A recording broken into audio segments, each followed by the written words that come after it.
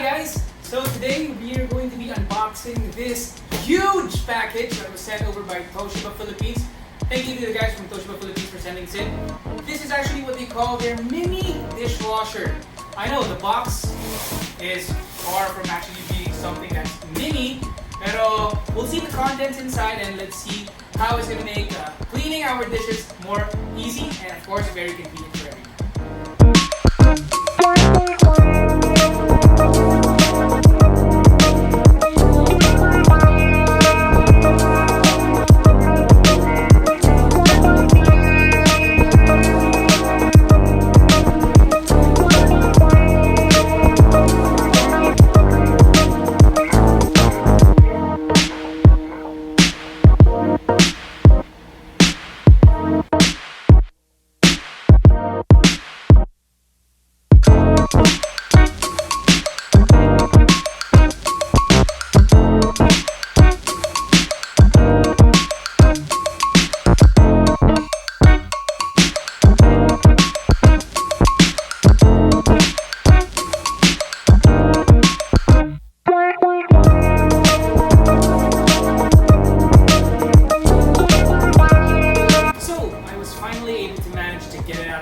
Box, and this is what we have inside. This is our TOSHIBA mini dishwasher. Looks very nice. Actually, ganda ng kulay niya. Parang, it's what you call I guess a tabletop dishwasher. So let's see what's inside. First off, in the box, you have your manual, but yeah, we'll take a look at that later. So yeah, quick wash, only 29 minutes. Bilis, diba? So yeah, quick 29, then there's a quick 12.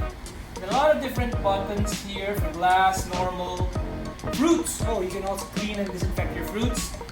Intensive, rapid, eco, push start, power button. Yeah, it says here ease of installation, compact body, free to carry, easily fit into all kinds of kitchens. Sterilization, sterilized with 70 degrees Celsius water.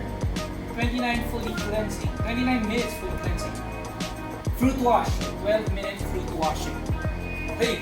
Alright, so let me take a look at the top. So please peel off sticker to access the water tank cap. So that's where you pour in the water. Okay. Some instructions also on how to use. So maganda sa kanya na may tray siya sa loob. And then that's where you put all the stuff and you arrange it properly. Hindi na pwedeng sasaksak mo na lahat sa loob, diba? So dishwashers are all tested with water before delivery. At least alam mong ginagamit na siya and safe siyang gamitin. Yeah. Testing natin and let's see what's inside.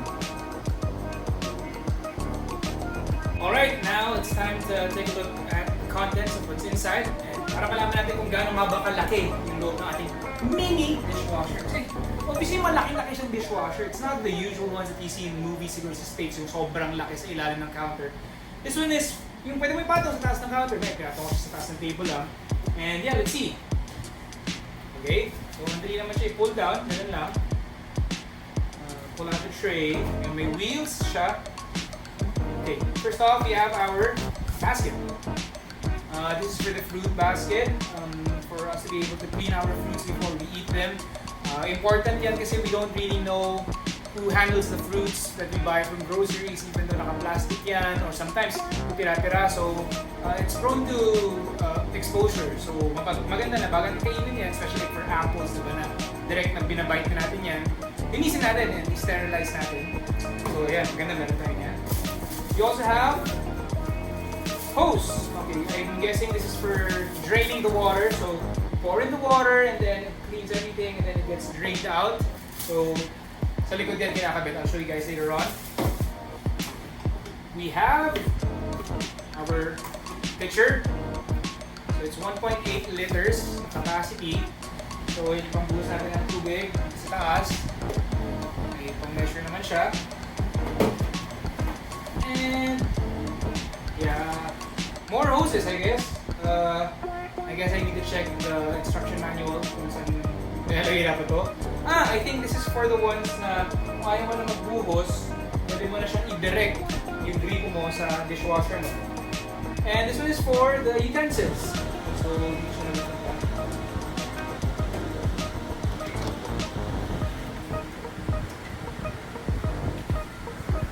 Yeah, somewhere there. We'll figure it out later on. So, yeah. Malaki, maluwag. Dami kang pwedeng ilagay. Testing natin. Now, if you don't want to use, keep pouring water on top, you can actually use this one. So, yung inlet na hose yan. So, kumbaga, didirect mo na siya dito. Tapos sa gripo, tapos kakabit mo lang yan. And then, tuloy-tuloy na yung flow ng water dyan. Hindi na kayo kailangan magbuhos. Ito naman, dito yung, kumbaga yung used water and dirty water dyan yan. So, you can actually just put it, I don't know, sa sink. Or lagyan nyo ng tabo or ng pail. Doon na mapupunta yung dirty water. So, turn it on. Meron naman siya. Eco mode, may time, hindi ko maayos yan. Then I got the basket. Fruits. Put it in. Ooh, ilaw. Any fruits. Back in. And then you close it. Just press fruits. Of course, don't forget to put water. So, yun ang munti ko nakalimutan. All you have to do is pour in the water, the top part.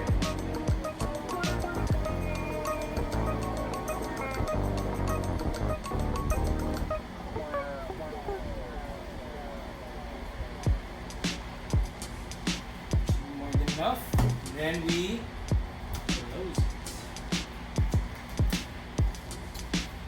Okay, fruits ready. Settings ready.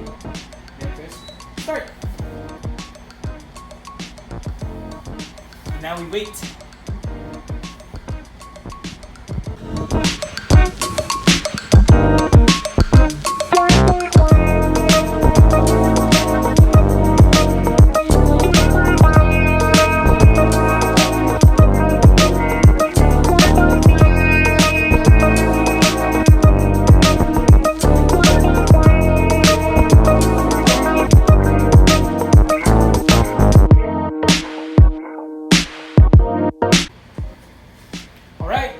It's done. Our fruits are clean, so it says end.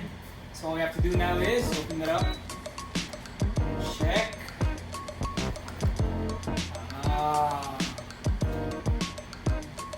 Okay, malinis na, very well rinsed and clean na yung fruits natin. Yan, very safe to eat already. So, importante yan, no? Kasi hindi natin alam kung saan nanggaling to and sino yung mga humawak ng mga fruits na yan. So, every time we buy them from the stores, from the grocery, it's important to have them properly cleaned, not just yung basta-basta linis, properly cleaned. And that's what our TOSHIBA mini dishwasher has helped us with. Yan, linis na siya. Alright, let's try our dishes naman. Alright, we tried it with cleaning our fruits. Now, we'll use the dishwasher for washing the dishes. So, basic stuff lang naman nilagay natin. So, we have some plates, we have some glasses inside. So, that's where you place it, sa likod. Glencairn, so this is actually a whiskey glass. Put it there also at the back. Platito. And then, yeah, cubiertos natin or spoon and forks. Small bowl, a bigger bowl. For those of you that are wondering what this is for, ito yung para sa mga glasses natin na may stem. So, probably think like of a wine glass na nakabaliktad, tapos dito nakaipit yon. So, yeah, that's what it looks like on the inside. And yung placement natin ng ating mga lilinisin. Alright, so we put it back in. And as you can see, meron siyang compartment dito actually. So that's where you put the soap.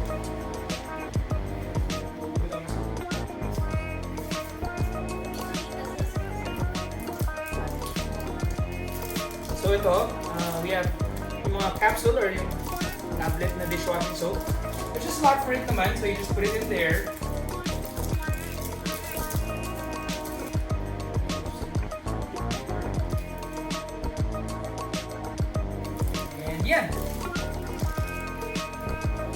Yeah, it's actually ready.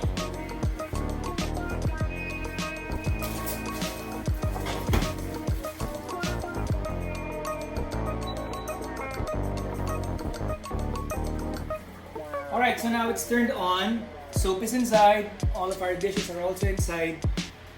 It's just a matter of choosing what type of function or mode we use. So pwede kasing mga baso lang, pwede yung normal mode, and then again yung fruit. And then there's also choices na kumaga yung intense wash, siguro yung mas matagal siya. Rapid wash, so it takes a quicker time, I think around 29 minutes or 30 minutes.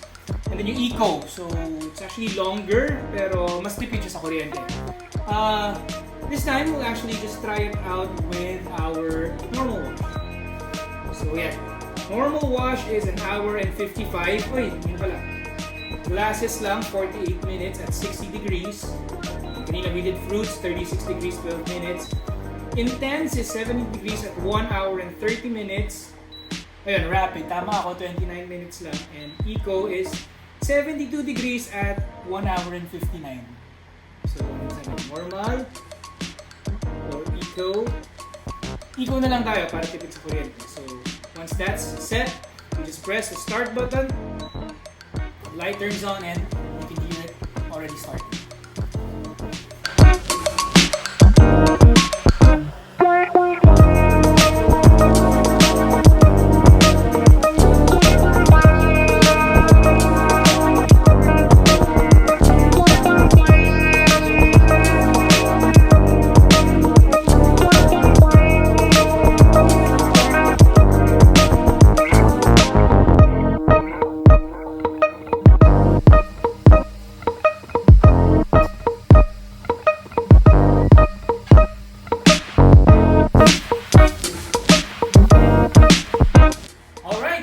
It's all done. So, ayan na.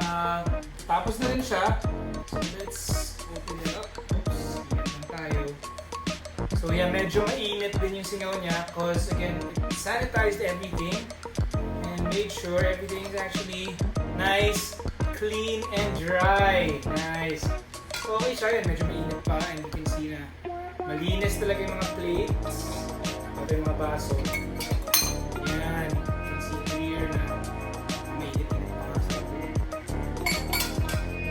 Glasses natin. Also our utensils. Yan. So, nice and clean. Huling-huli lahat ng anggulo ng washer na meron tayo dito. Talagang buwan. Ayun, no? Even our bowls, nice and dry. Hindi mo na kailangan masyado magpunas. Well, in this case, hindi mo na talaga kailangan kasi tumuyo na talaga siya. What else? Whiskey glasses natin na yung anchored. Ganda, oh. Linis eh, oh. A little bit of the watermarks, pero it's fine actually. Linis na linis niya. And yeah, panalo talaga. Oops. Put it back in. And yeah, so there you have it. That's our TOSHIBA mini dishwasher. Maraming salamat ulit from everyone from TOSHIBA Philippines. Panalo to. If you're very lazy and you don't wanna wash the dishes. No, just kidding. Actually, this is perfect if you really have a lot of tasks at home, you know.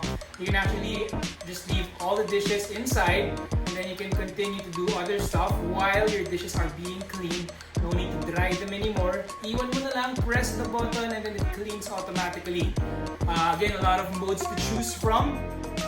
We use the eco mode, so may normal mode, may rapid, a lot of different modes, so depende yan sa inyo kung if you have the time. If you're just gonna leave it naman, no problem. But if you're in a rush and you wanna use the dishes again, pwede mo rin gawin yan. For glasses also, if you have a lot of glassware, pwede rin to. And again, it sanitizes also your food and your dishes. And maganda rin sa kanya is you can also use it to clean your fruits. So, sulit siya. For me, tingin ko, goodbye talaga to. It's something that we must have at home. It doesn't take up much space. Very compact siya, but still enough to fit in most of your dishes inside na kailangan linisin. So, that's it. It's a goodbye from me. So, see you soon guys. Bye!